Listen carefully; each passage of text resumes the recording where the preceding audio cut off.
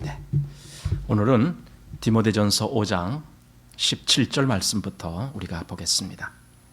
디모데전서 5장 17절부터 해서 25절의 말씀입니다. 자, 우리가 먼저 말씀 같이 읽겠습니다. 잘 다스리는 장로들을 배나 존경할 자로 알되 말씀과 가르침에 수고하는 이들을 더할 것이니라. 성경에 일러스되 곡식을 밟아 떠는 소의 입에 망을 씌우지 말라 하였고 또 일꾼이 그 삭슬 받는 것이 마땅하다 하였느니라.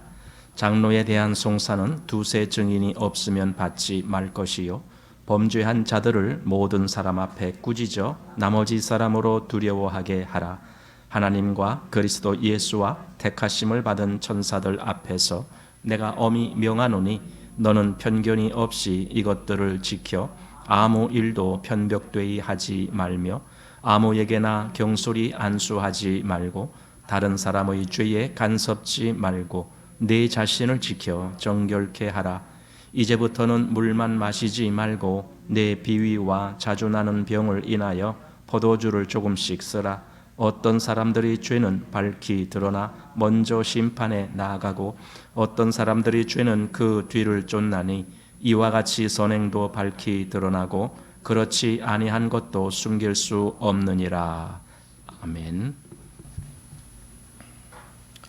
우리 지난번 요 앞부분 5장 앞부분에서는 교회의 여러 그 성도들, 예를 들어 1절에 보니까 뭐 늙은이, 젊은이, 또 늙은 여자, 젊은 여자 이런 부분들에 대해서 어떻게 대하는가, 목회자로서 그들을 어떻게 대할 것인가. 그 다음에 3절 이하에 보면은 이제 과부들에 대해서는 또 과부라고 하니까 좀 표현이 좀 그래요. 우리가 과부 그리면은 괜히 이렇게 좀 이렇게 좋은 느낌보다는 괜히 좀 힘든 뭐 그런 사람들을 지칭하는 것 같은 느낌이 있어서 좀 그렇기도 한데, 어쨌든 교회에서는 특별히 이렇게 어려움에 있는 사람들, 뭐 과부뿐이겠습니까? 고아는 또 어떻습니까? 역시 고아도 마찬가지죠. 그러나 이제 고아보다는 과부가 많기 때문에 여기 과부 얘기가 나왔습니다. 그래서 참 과부 이렇게, 그러니까 참 과부라는 것은 교회에서 그를 도와야 될 만한 그런 과부, 이것이 참 과부죠. 그러나 실제로 과부라 그래도 여러 가지 경제적인 여건이 어느 정도 허락되고 여유로운 사람이라면은 굳이 교회가 그렇게 할 필요는 없겠죠. 그러나 여기서 참 과부라는 것은 진짜 교회가 돕질 아니하면은 그 사람은 아무런 희망이 없는, 살 수 있는 방법이 없는 그런 사람들은 도와야 되는 거죠, 당연히.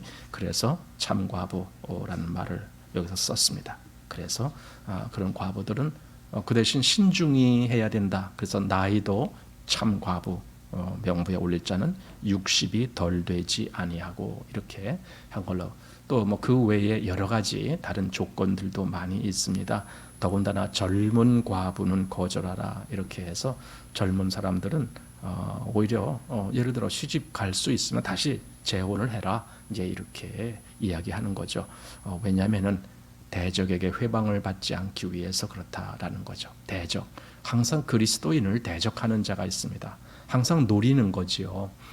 에덴 동산에서 아담과 하와를 노리는 자가 처음 인간의 시작부터 있었듯이 지금도 그리스도인을 항상 노리는 자가 있습니다.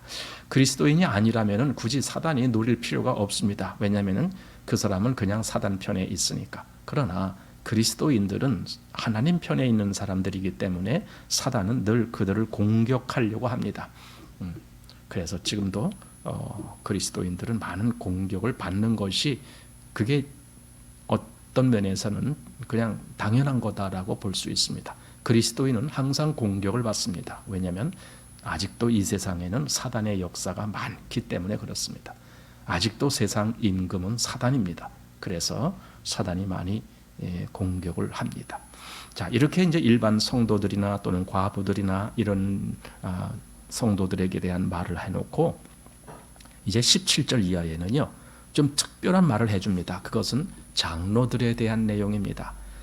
장로들에 대한 내용은 좀 여기 외에는 다른 데서는 그렇게 예를 들어 감독은 이래야 된다라고 하는 감독의 자세에 대해서 말한 적은 있지만 교회가 어떻게 장로들을 치리하느냐라는 부분에 대해서 또 지금 디모데 보고도 디모데는 목회자니까 목회자가 어떻게 장로를 치리하느냐라는 부분에 있어서 여기 외에는 다른 데서는 잘 말씀을 안 합니다. 그래서 여기가 상당히 이 부분에서 중요한 말씀을 해주는데 교회의 장로는 여럿이 있죠. 한 교회에 장로가 여럿이 있을 수 있습니다. 뭐 큰 교회는 장로가 많죠. 물론 목사도 장로의 그 영역에 들어가는 거예요. 여기 장로라는 것은 지금 우리 그 장로교회에서 장로로 임명한 그런 부분 그분들만 장로가 아니고 여기 성경에서의 장로는 교회의 그 연장자이면서 지도하는 모든 사람들을 다 장로입니다. 그래서 실제로 장로로 임명받은 사람들이 많을 수밖에 없어요. 그래서 여기 그런 분들에 대해서는 교회가 특별히 여기 디모데에 보고 목회자가 어떻게 그런 분들을 대하여야 되느냐라는 부분들을 말하고 있습니다. 한마디로 장로에 대한 치리 그것을 어떻게 할 거냐. 지금 디모데가 에베소 교회를 지금 거기서 한동안 목회를 하고 있는 거예요. 사도 바울이 거기서 목회하고 자기는 마게도냐로 잠깐 갔다 오겠다 이렇게 말을 하고 떠났거든요. 그래서 에베소 지역을 지금 그 에베소 교회죠. 거기서 지금 목회를 하고 있는데 그 에베소 교회에 여러 문제들이 있는 거예요. 그런데 그런 문제 중에 상당 부분이 가르치는 사람들이 잘못 가르쳐서 나온 문제들이 있는 거예요. 그 가르치는 사람들은 또 상당 부분이 장로들이죠. 대개 장로들이 교회에서 가르치기도 하고 이런 일을 맡아 있기 때문에 장로들로 말미암아 문제가 발생한 경우가 상당히 많은 거죠. 그러니까 어떤 면에서는 좀 잘못된 장로, 잘못된 신앙관을 갖고 있는 장로라는 그런 문제가 됩니다. 그래서 또 다른 표현으로 한다면 자격이 없는 장로, 뭐 이렇게도 말할 수 있습니다. 충분한 하나님께 배움이 없는 그런 장로. 그런데 이제 장로를 다루는데 그렇다고 치더라도 함부로 장로를 다룰 수는 없어요. 왜냐하면 교회의 지도자들이기 때문에. 그래서 장로에 대한 치리는 아주 신중히 해야 됩니다. 그만큼 성도들에게 끼치는 영향이 크기 때문에 장로를 다루는 것은 아주 신중히 해야 됩니다. 그래서 첫 번째로 말하는 것은 우선 성도들로 하여금 장로를 존경하게 해야 되는 거예요. 이것이 첫 번째입니다. 장로들을 존경하게 그렇게 하는 것. 그러나 또 어떤 때는 잘못된 것을 바로잡아야 될 필요가 있죠. 그래서 어떤 때는 꾸짖을 때도 있고 또 어떤 때는 보호하는 그런 내용도 나오고 또 장로를 세우는 일 이런 것도 여기 나오고 합니다. 그래서 이제 장로에 대한 여러 가지 교회에서는 그 일들을 어떻게 하는 것이 옳은가라고 하는 내용입니다. 자, 한번 17절 말씀 보십시오. 잘 다스리는 장로들을 배나 존경할 자로 알되 말씀과 가르침에 수고하는 이들을 더할 것이니라. 여기 잘 다스리는 장로들을 배나 존경할 자로 알라라는 거예요. 사실 교회에서 가르치는데 그 직분을 맡아서 그 봉사를 하고 있는 장로들에 대해서 당연히 성도들은 존경을 해야 되는 거예요. 그게 첫 번째입니다. 칼빈이 이제 장로교는 칼빈으로부터 말미암았다라고 말할 수 있어요.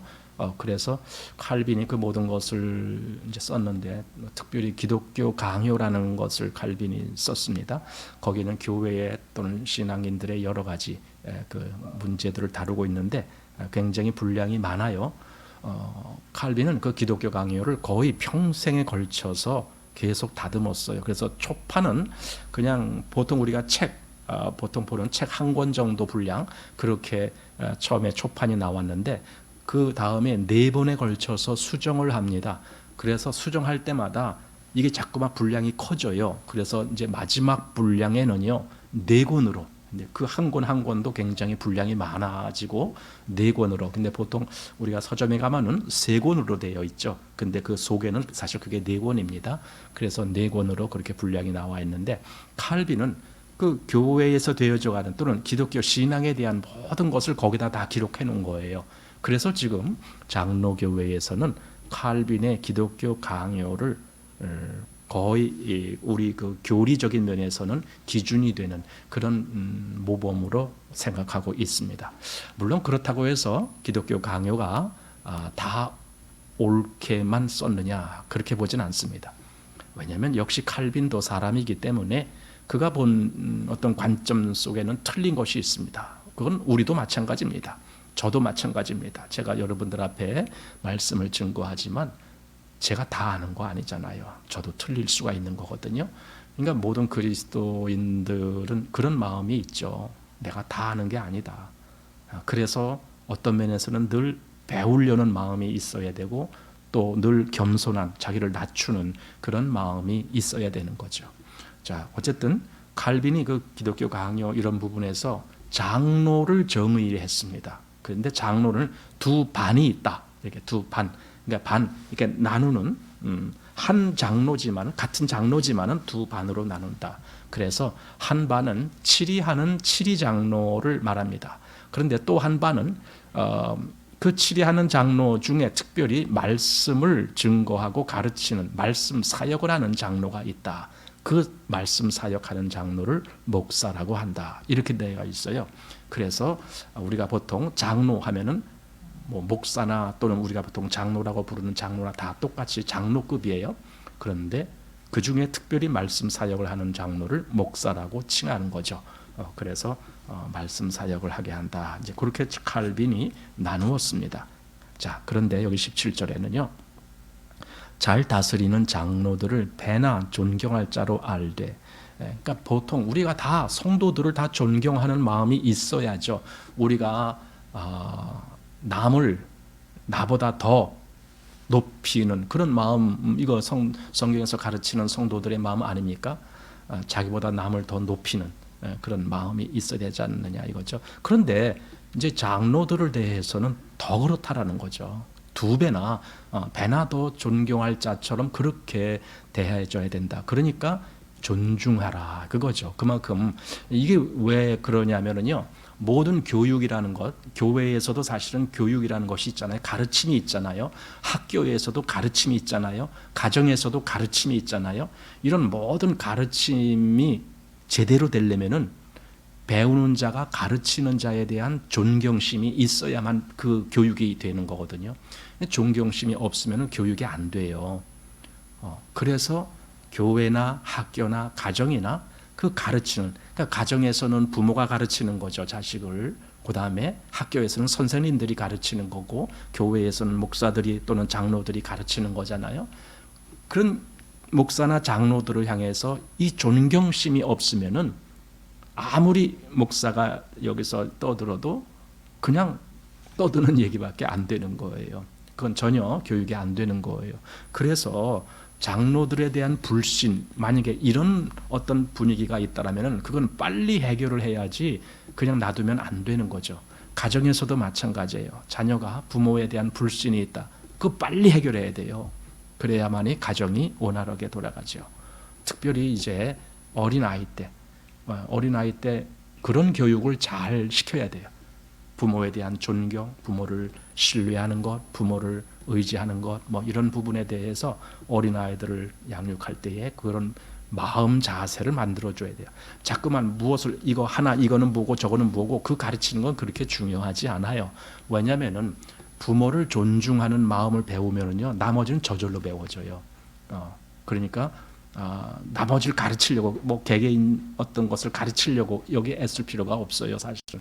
다만 부모를 존중하고 부모한테 늘 존경심을 갖는 그런 마음만 가르쳐 준다라면은 그 아이는 잘 살아요. 나중에. 그리고 잘 배워요. 또 그런 아이가 부모에 대한 존경이 없으면은 잘 배우질 못하는 거죠. 그래서 하여튼 그래서 어느 가정이고 이렇게 보면은 그 가정이 제대로 됐느냐는 것은 그 자녀들이 부모에 대해서 얼마나 존경심을 갖고 부모님을 신뢰하고 이런 마음이 있는가, 이제 그런 가정이 잘된 가정이죠. 교회가 바로 그렇다는 거죠. 그래서 장로들에 대해서는요, 배나 더 존경할 자로 알라. 지금 시작이 그겁니다. 그러니까 장로에 대해서 여러 가지를 지금 이 뒤에 말할 건데, 첫 번째는 장로에 대해서는 배나 더 존경할 자로 알아라. 이것이 첫 번째 가르침입니다.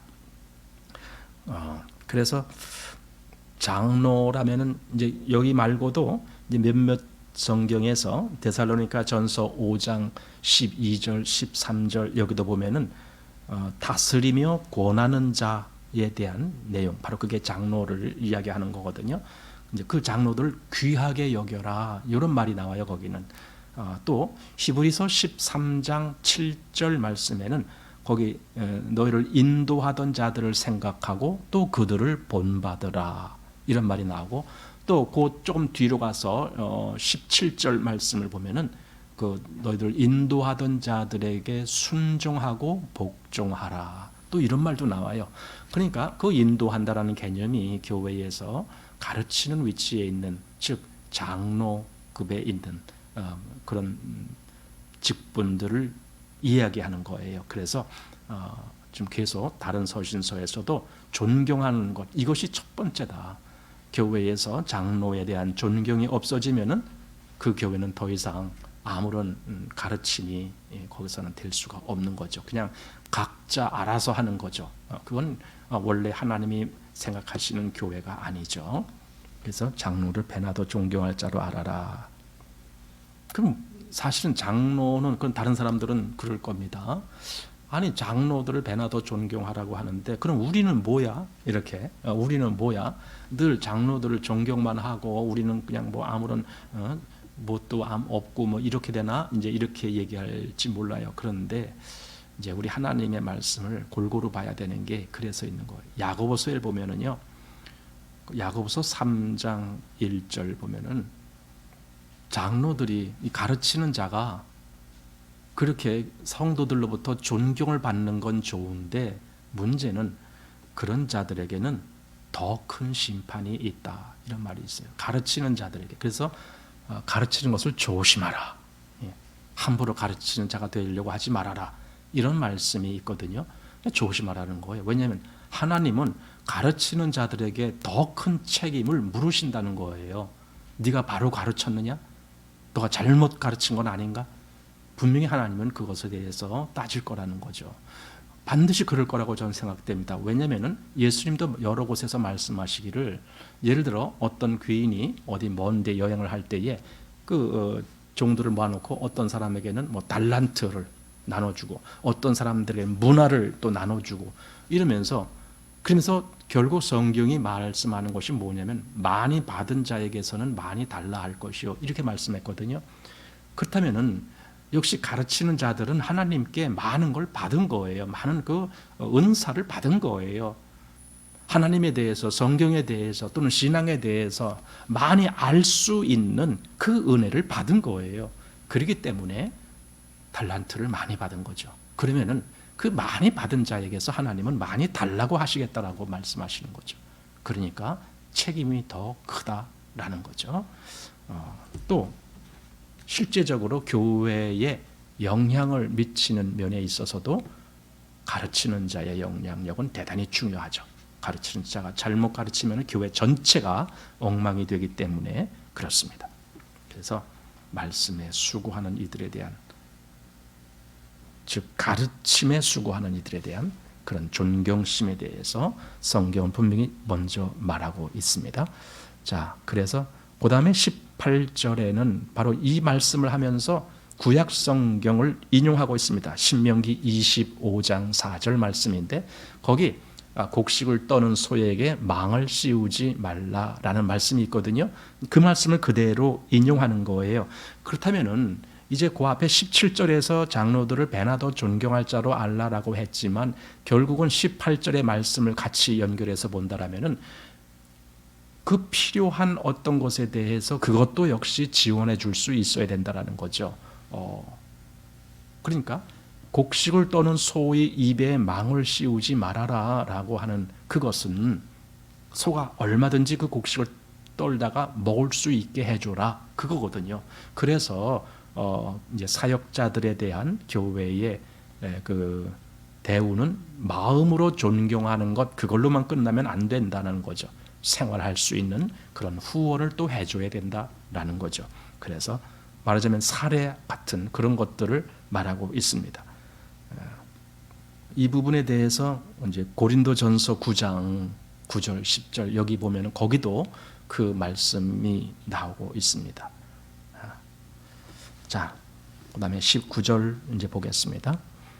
장로에 대한 송사는 두세 증인이 없으면 받지 말 것이요 범죄한 자들을 모든 사람 앞에 꾸짖어 나머지 사람으로 두려워하게 하라. 자, 이제 장로에 대한 송사라는 문제가 나옵니다. 장로에게 어떤 그 불의한 어떤 것이 드러난 것 같다라고 할 때에 그것을 이제 어떤 사람들이 비난하고 또 송사하는 거죠.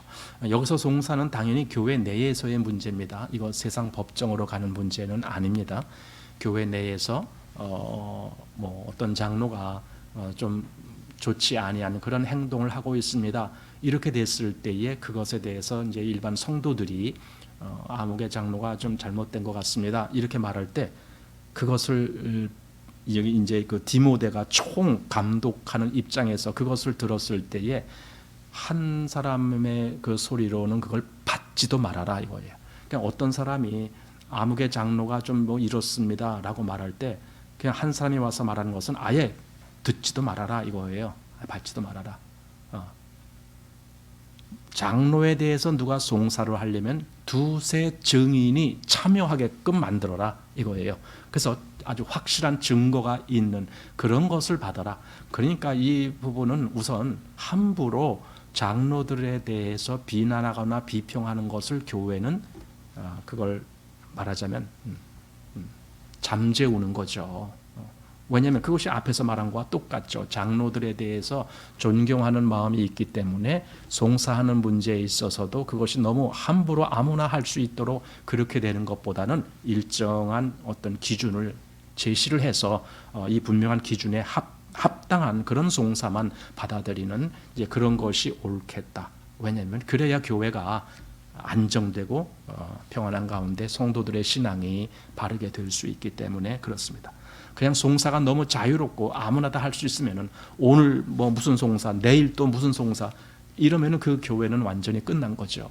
교회가 그냥 벌집 쑤셔놓은 것 같이 그렇게 돼버리면은 그 교회는 교회로서의 기능을 할 수가 없죠.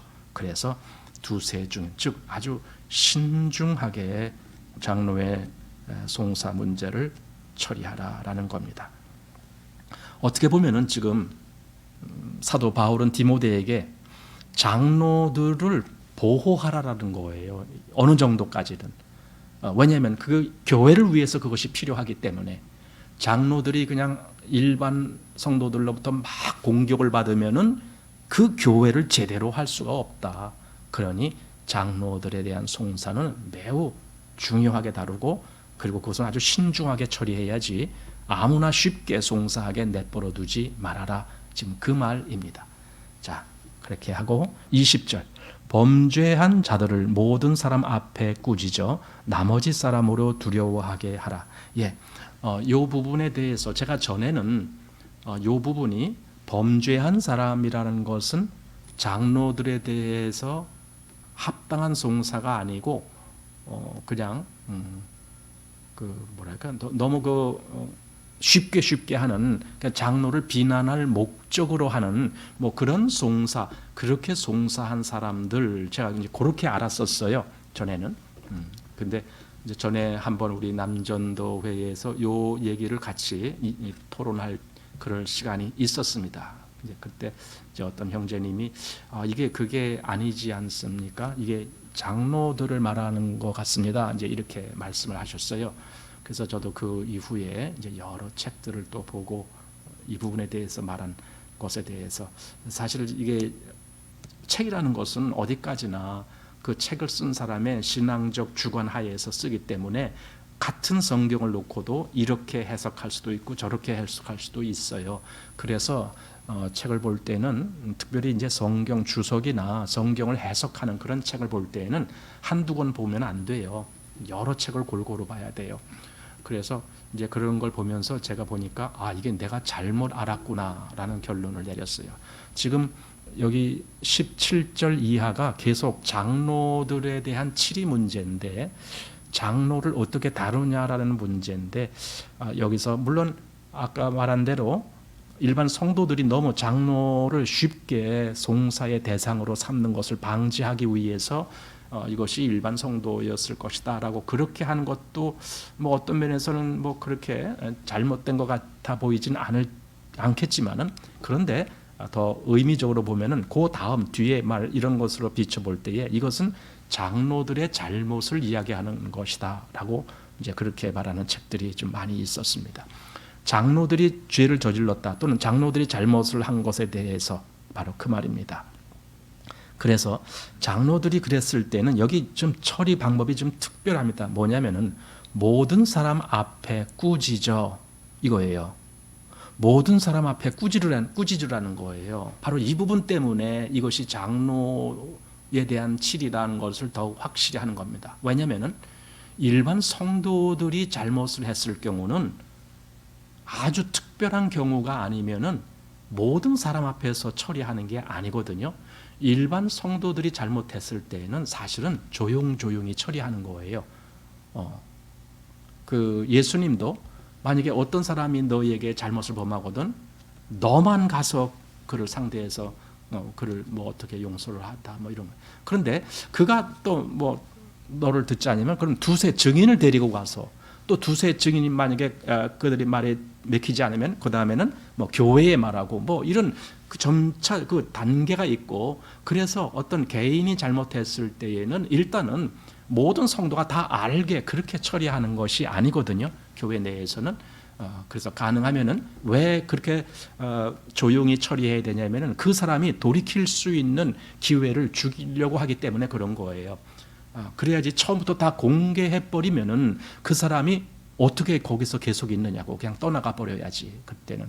그래서 어떤 사람이 잘못했을 때 그것을 조용히 1차적으로 한두 사람만 가서 알고 또 나머지 뭐 그래도 안 되면은 교회 뭐 장로들에게 알려서 교회 입장에서 또 그들을 다루게 하고 뭐 이렇게 점점 그 단계가 있는 겁니다. 그런데 여기서는 이 잘못한 사람, 범죄한 자들을 모든 사람 앞에 꾸짖어 이렇게 하는 것은 이것은 어떤 장로급에 있는 사람이 범죄를 했을 경우에 이미 그랬다라면 그 사람은 많은 사람들에게 뭔가 영향을 줄 수 있는 충분한 그런 위치이기 때문에 다른 성도들이 있는 바로 다른 성도들이 알 수 있는 그런 위치에서 이 잘못을 처리해야 된다라는 거죠.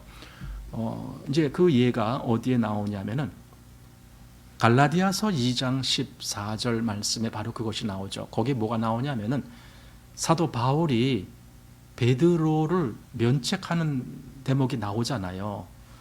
근데 거기 성경을 가만히 보면은요, 모든 사람 앞에서 베드로를 면책했다라는 거예요. 모든 사람 앞에서.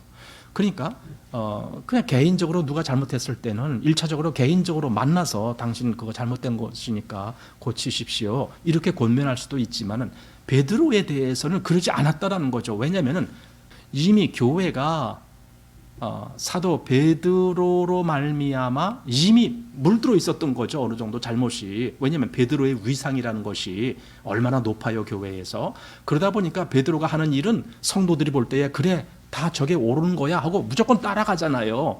베드로 같은 사람이 뭘 해봐요. 그냥 따라가는 거죠. 그러니까 예루살렘에서 어떤 사람들이 온다라고 하니까 이방인하고 같이 먹다가 이방인하고 빨리빨리 이렇게 떨어졌잖아요. 그리고 마치 이방인하고 먹지 아니한 것처럼 그렇게 꾸몄잖아요. 베드로는 어디 뭐 숨어버리고. 바로 이게 잘못된 거다. 이게 외식이다. 근데 사람들이 베드로가 그렇게 하니까 사람들도 다 따라한 거예요. 바로 이런 부분이 있었기 때문에 사도 바울은 베드로를 여러 사람 앞에서 면책을 했다라는 거예요. 잘못됐다. 그건 틀린 것이다. 여러 사람이 있는 데서 그렇게 베드로를 꾸짖은 거죠. 한마디로. 이렇게 장로가 어떤 죄를 어떤 잘못을 범했을 때에는 여러 사람 앞에서 잘못됐다라는 걸 공개를 하는 겁니다. 이것은 두 가지가 있습니다. 우선 교회에 장로로 말미암아 끼친 영향력을 빨리 차단하는 목적이 있고, 또 하나는 성도들, 일반 성도들로 하여금 더 주의를 하도록. 왜냐하면 장로 정도 된 사람인데도 저렇게 죄를 범했을 때에는 저렇게 꾸짖음을 받는구나. 그렇다면 하물며 내가 죄를 저지르면 어떻게 될까 하면서 스스로 자기를 절제하기 위한 그런 효과도 있는 거죠. 그래서 여러 성도 앞에서 이것을 처리하는, 그것이 여기 지금 나오는 대목입니다. 그래서 범죄한 자들을 모든 사람 앞에 꾸짖어 나머지 사람으로 두려워하게 하라, 이렇게 말한 것이다 라고 봅니다. 그리고 사실 구약에도 보면은요, 예를 들어 레위기 4장에 속죄제가 나옵니다. 속죄제는 사람이 죄를 범했을 때 처리하는 방법입니다. 그런데 제일 먼저 제사장이 죄를 범했을 때, 또 온 회중이 죄를 범했을 때, 그리고 세 번째는 족장이 죄를 범했을 때, 네 번째는 평민의 하나가 죄를 범했을 때, 이렇게 네 가지가 나와요. 근데 다 달라요. 처리하는 방법이 달라요. 제사장이 죄를 범했을 때에 그 제사 드리는 제물이라든가 이것은 더 큰, 예를 들어 송아지로 뭐 제사를 지내야 돼요. 그러니까 나중에 평민이 죄를 범했을 때는 뭐 양이나 염소 이런 걸로 하면 돼요. 그러니까 제사장이 죄를 범한 것은 더 크게 다뤄야 된다라는 거예요. 똑같은 죄라 할지라도 제사장은 그만큼 다른 사람들에게 끼치는 영향력이 크기 때문에 제사장은 더 좀 무겁게 다루는 그런 것이 죄의 처리의 문제입니다. 그런데 지금 교회에서도 그래서 장로급에서 어떤 범죄함이 드러난다라면 그건 모든 성도 앞에서 그걸 다뤄야 된다. 그러나 일반 성도들이 범죄한 일에 대해서는 경우에 따라서 1차적으로는 좀 빨리 공개하지 말고 소극적으로 처리하는 것, 또는 공개를 하더라도 몇몇 사람만 이렇게 알게, 이렇게 해서 빨리 그 문제를 처리할 수 있고. 그런데 자꾸 그렇게 했는데도 안 된다 그러면 나중에는 이제 결국은 교회 전체에 알려지게 되는 그런 경우로 이제 바뀌어지는 거죠. 이것이 여기 이 부분이 그래서 장로들이 범죄했을 때 그렇게 생각이 됩니다. 자, 21절 보겠습니다. 하나님과 그리스도 예수와 택하심을 받은 천사들 앞에서 내가 엄히 명하노니 너는 편견이 없이 이것들을 지켜 아무 일도 편벽되이 하지 말며. 자, 이런 문제, 이렇게 뭘 치리하는 문제 또는 징계하는 거죠. 한마디로 그런 징치를 하는 이런 것에 대해서, 이런 부분에 있어서 첫째로 편견을 가지면 안 된다 이거죠. 예를 들어 어떤 장로는 내가 개인적으로 굉장히 친한 장로다라면은 그가 잘못했을 때 이렇게 덮어주려고 하는 그런 마음이 있을 거예요. 또 어떤 장로는 평소에 내가 좀 안 좋게 보는 장로다. 근데 그가 사람들이 뭐 여러 사람이 송사를 해갖고 이런 문제가 생겼다 했을 때는 더 적극적으로 뭔가를 들춰내려고 하는 아마 이런 마음이 있을지 몰라요. 바로 이게 편견이고 편벽되이 하는 거거든요. 그렇게 하지 말아라라는 거예요. 참 이게 쉽지 않은 문제죠. 왜냐하면 우리 인간이라는 것은 인간들끼리의 어떤 감정이 서로 오가잖아요. 그래서 어떤 사람은 아주 내가 친하게 이렇게 가까이 하는 사람이 있는가 하면 어떤 사람은 뭐 별로 그렇지도 않은 사람이 있을 수 있고 막 이러거든요. 가만 보면은 제가 이제 우리 교회는 뭐 솔직히 크질 않으니까 그런 걸 경험 못 하는데, 큰 교회는요 장로님들이 많아요. 교회에 뭐 10명, 20명 막 이렇게 웬만한 큰 교회들은 그래요. 그러니까 보통 성도 제가 그걸 정확히 모르겠는데 세례 교인으로 따져서 30명인가 40명인가 거기에 장로 한 분씩 이렇게 세우는 거예요. 장로교회는 그렇게 세우는 건데 제가 정확히 지금 그 숫자를 모르겠는데 어쨌든 그 정도 될 겁니다. 그러다 보니까 웬만큼 큰 교회 뭐 성도들 한 뭐 몇천 명 이런 교회는 장로도 수십 명 되는 거예요. 그런데요 그 장로들이 대개 보면은 목사를 따르는 목사파, 목사를 견제하는 떡파 이렇게 막 나누어지는 것이 보통 느끼는 거예요. 물론 다 그런 거 아니에요. 정말 잘 되는 교회들, 모범적인 교회들 많을 겁니다. 그런데 가끔가다 이런 이제 파가 갈리는 것을 우리가 들어요. 그러면은 목사 입장에서 나를 잘 따라준 장로 하면은 이게 감싸주고 싶을 거예요. 그리고 나를 늘 견제하고 있었던 장로라면은 좀 어떻게 좀 징계 받았으면 좋겠다. 뭐 이럴 수도 있을 거예요. 어쨌든 그런 편견을 가지면 안 된다라는 거죠. 이게 참 목회자로서 아주 중요한 소질이라고 생각됩니다. 장로만 그렇겠습니까? 일반 성도들을 대할 땐 또 안 그렇겠습니까? 어떤 사람하고는 아주 굉장히 뭐 이렇게 친하게 지내는데 어떤 사람하고는 안 친한 것처럼 되고 이러면 안 되거든요. 그러니까 목회자의 처신이라는 것은 모든 사람에 대해서 균형 있게 그렇게 처신을 해야 되는 거예요. 그런 면에서 여기 다시 한번 편벽되이 하지 말며 이런 말이 있어요. 편벽되이, 편견이 없이 이것들을 지켜 아무 일도 편벽되이, 그러니까 마음이 한쪽으로 쏠리게 하지 말아라. 항상 균형 잡힌 그런 치리를 하라라는 거죠. 자, 그런데 그 앞에 21절 하나님과 그리스도 예수와 택하심을 받은 천사들 앞에서 이 말이 이게 얼마나 엄중한 말입니까? 우리가 무슨 일을 처리할 때 지금 디모데 보고 디모데야 네가 무슨 일을 처리할 때 너는 지금 하나님 앞에 서 있어. 너는 지금 예수 그리스도 앞에 서 있어. 너는 지금 천사들 앞에 서 있어. 물론 여기서 천사들은 사단이 아니에요. 이것은 정말 하나님께 합당하게 그렇게 택함을 입은 천사들을 의미하는 거죠. 그러니 너의 처신이 얼마나 신중히 해야 되는지 너는 늘 그걸 생각해야 돼 이겁니다. 사실 사도 바울이 서신서를 보다 보면은 여러 차례 자기가 하나님 앞에 있다 또는 자기가 그리스도 예수 앞에 서 있다 이런 내용을 말하는 대목들이 많거든요. 요 6장 요 뒤에 6장 13절 말씀을 한번 보시기 바랍니다. 만물을 살게 하신 하나님 앞과 본디오 빌라도를 향하여 선한 증거로 증거하신 그리스도 예수 앞에서 내가 너를 명하노니 이렇게 사도 바울 나 자신도 나도 하나님과 예수 그리스도 앞에서 나 지금 서 있다. 그러니 내가 너에게 명하는 이 명령은 엄중한 거다. 나도 굉장히 지금 이런 부분에 있어서 함부로 할 수 없는 그런 부분이다 하면서 자기 자신이 하나님 앞에 서 있다라는 걸 말하는 거예요. 그러니 디모데 보고도 지금 여기서 너도 이런 일을 처리할 때에 너도 하나님 앞에 서 있다라는 것을 명심해라.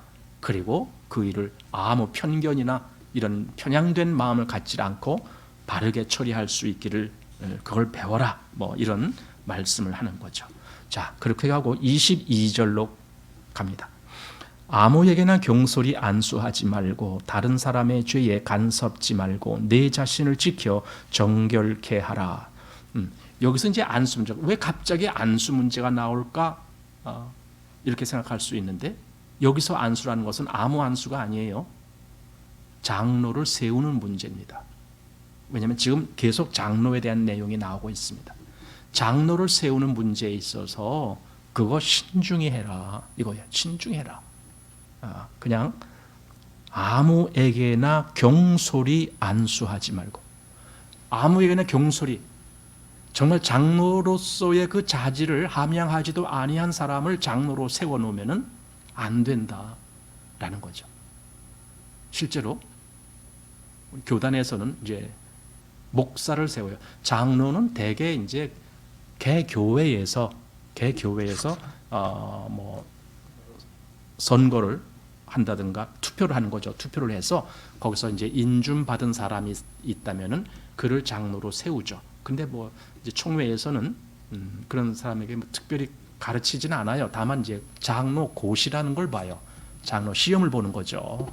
그래서 일정한 소양을 뭐 그거 솔직히 뭐 높은 뭐 이런 학문을 얘기하지는 않아요. 그냥 기본적으로 이 정도는 그래도 알고 있어야 된다라고 하는 그런 걸 이제 시험을 보죠. 그래서 거기에 합격하면은 총회에서 안수를 주죠. 그러나 그 모든 장로에 대한 인주는 사실 총회에서 하기보다는 개교회에서 성도들에 의해서 그 투표를 하면서 아 그래 이분은 우리의 장로님이 돼도 돼 이렇게 하면서 이제 그것이 결정되는 거예요. 자 그런데 이렇게 장로를 세울 때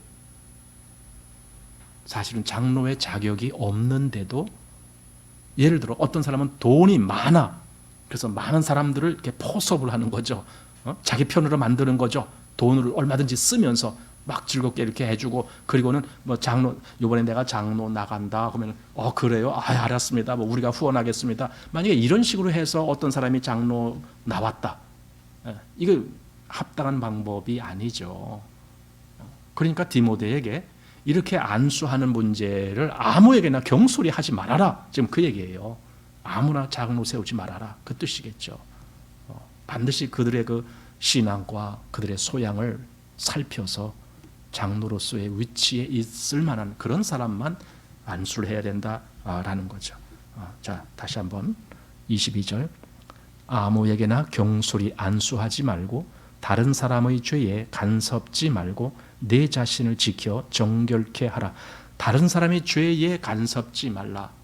여기서 다른 사람의 죄에 당연히 다른 사람의 죄에 간섭한다는 것은 거기 같이 합세해서 그 말이에요. 합세해서 죄를 짓지 말아라 그 뜻인데 그런데 여기서 왜 갑자기 이 얘기가 나왔느냐 하면은 바로 그 앞에 말한 아무에게나 경솔히 안수하는 문제 이런 일이 있을 때 디모데야 너가 볼 때에 분명히 이건 저 사람은 지금 장로로 세움 받으면 안 되는 사람이다라고 생각이 됐다라면은 너는 그렇게 함부로 안수를 하면 안 돼. 근데 다른 사람들은 이제 장로를 어차피 세우는 것이 디모데 혼자 세우는 건 아니잖아요. 다른 뭐 미리 그 장로 됐던 사람들이 이런 사람들이 다 같이 이 사람 장로 세워도 됩니다. 어cep니다. 막 이렇게 할 거 아닙니까?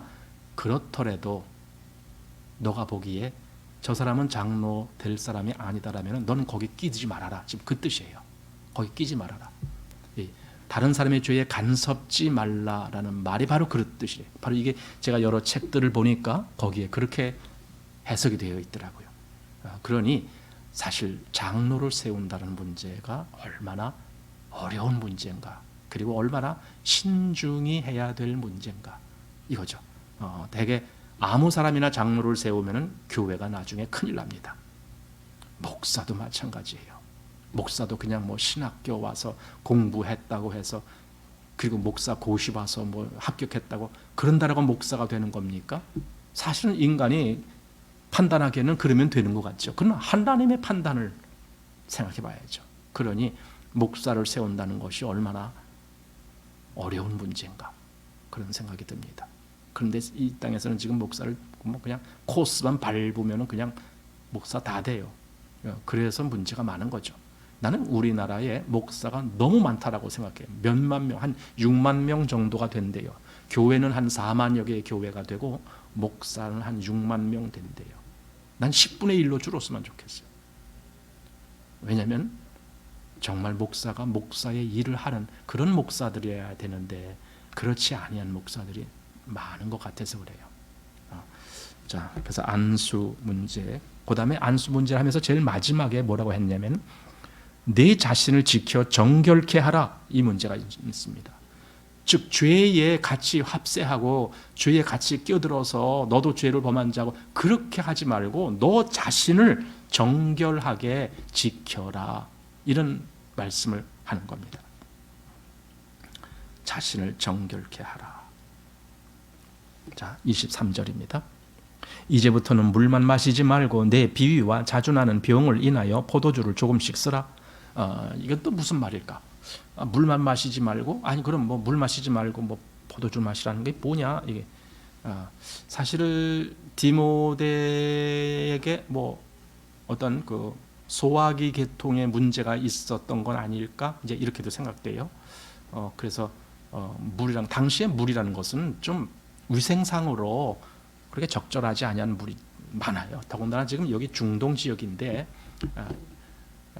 그 중동에서 유럽 뭐 이렇게 그쪽이 뭐 소아시아 지역이고 뭐 다 그쪽에 중동에서 유럽까지 이렇게 되는 건데 거기는 지금도 그렇잖아요. 유럽 가면은요 지금도 물을 함부로 마시면 안 돼요. 필리핀 가도 그렇더라고요. 필리핀 가도 물을 함부로 마시면 안 돼요. 그 물이 보기에는 깨끗해 보여요. 그런데 거기에 뭐가 많다고, 석회질이 많다고 그러던가 그래요. 유럽 쪽도 그렇잖아요. 그래서 물이 굉장히 비싸죠. 음식점 가면은요, 물을 그냥 안 줘요. 사 먹어야 돼요, 다. 그 사람들이 우리나라에 와서 음식점 갔더니 물을 거저 주는 게 너무 신기하다고 그렇게 얘기를 해요. 너무 신기하다고. 자기들은 늘 사 먹었으니까. 자, 그러니까 이렇게 물을 그 당시에는 이렇게 지금처럼 정수된 물이라든가 이게 품질 좋은 물을 구할 수가 없었겠죠. 그냥 자연적으로 나오는 물 그런 걸 마시다 보니까 아마 속이 잘못될 수도 있죠. 병날 수도 있죠.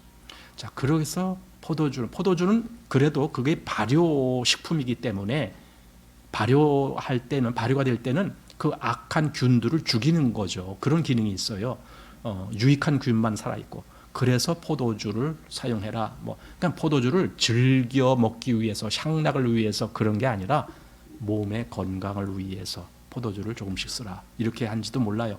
근데 그렇게 말하는 사람도 있고, 근데 어떤 책을 보니까 이렇게 말했어요. 여기 물만 마신다라는 것은 대개 기도할 때에, 금식 기도할 때에 물만 먹는 거거든요. 대개 며칠씩, 일주일 또는 2주일. 요즘 가끔 목사님들 얘기하는 거 보면 난 젊었을 때 40일까지 해봤어. 이런 목사님들도 있어요. 근데 그렇게 기도할 때 물은 마셔야 되거든요.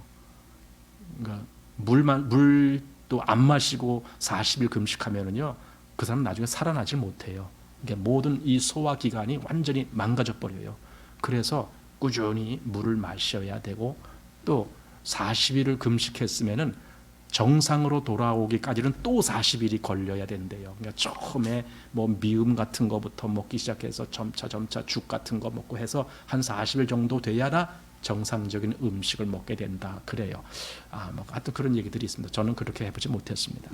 근데 그렇게 얘기를 하는데, 그래서 여기 지금 디모데 보고 그 금식 기도할 때 물만 먹는데 물만 먹지 말고 포도주도 좀 사용해라. 왜냐하면 몸을 지키기 위해서. 한마디로 그리스도인들도 마찬가지지만은 여기 목회자로서의 그 일을 감당하려면은요, 건강에도 신경 쓰라. 그 소리예요.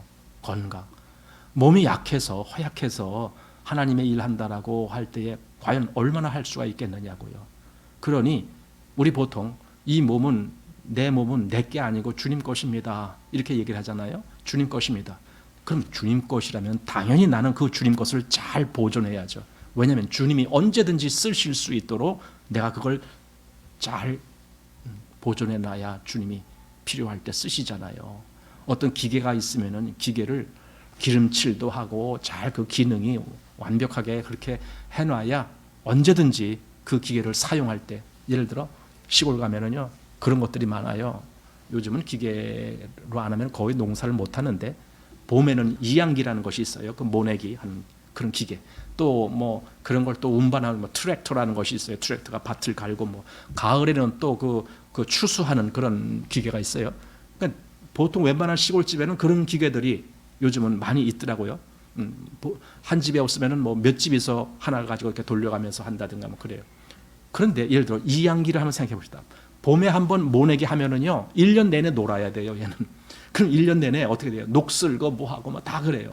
그래서 녹 쓸지 않으려면 봄에 그 이양기를 한 다음에 그 다음에 아주 잘 또 이렇게 손질 봐야 돼요. 기름 쳐놓고 하고 이렇게. 그래야 내년에 쓸 때 정상적으로 이것이 가동이 되고 그러죠.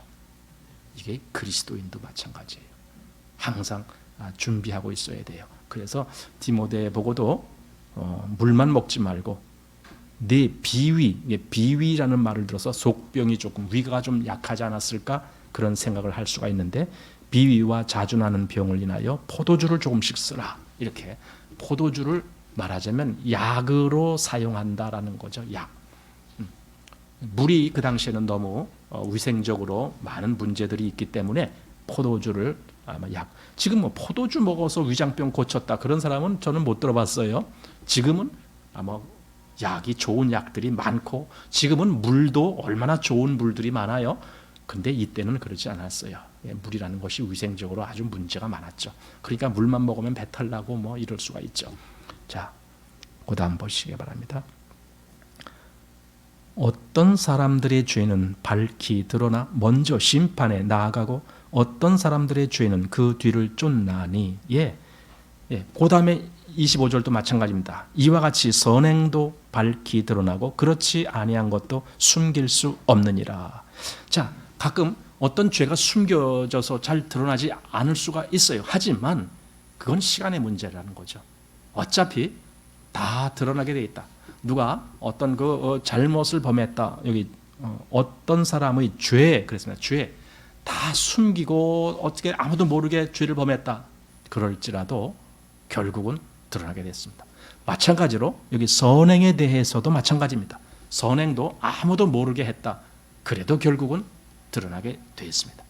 왜냐하면 교회라는 곳이 그런 곳이니까. 교회는 모든 것을 내가 숨기고 신앙생활하는 그런 데가 아니잖아요. 교회는 모든 것을 얼마든지 하나님 앞에 드러내면서 정직한 마음으로 하는 것이 신앙생활이거든요. 그러다 보니까 숨길래야 숨길 일이 없는 거죠. 자, 그렇다면 내가 모든 것을 숨길 수 없다라면 그러면 어떻게 해야 되느냐? 평소에 아까 디모데한테 무슨 말했습니까? 너 자신을 정결케 하라. 22절에 정결케 하라. 그렇게 해야 된다. 왜냐하면 안 그러면은 그 잘못된 거 이런 거 결국은 다 드러나게 돼 있다. 그러니 그러면 안 된다. 그래서 평소에 너 자신을 정결케 해라. 이렇게 디모데에게 권면을 합니다. 이것이 목회자로서의 그 어떤 위치, 목회자가 그렇게 한다라는 것은 곧 그 교회에서 그렇게 된다라는 거예요. 목회자 개인이 어디 자기 집에서 골방에서 그렇게 하라는 것이 아니라 그 교회에서 그렇게 하라라는 말씀이기 때문에 그래서 이것이 지금 목회자를 향한 사도 바울이 가르치고 또는 명령하고 또는 권하고 하는 그런 말입니다. 이것이 지금 5장의 말씀이었습니다. 자, 오늘 이렇게 해서 5장 마치겠습니다.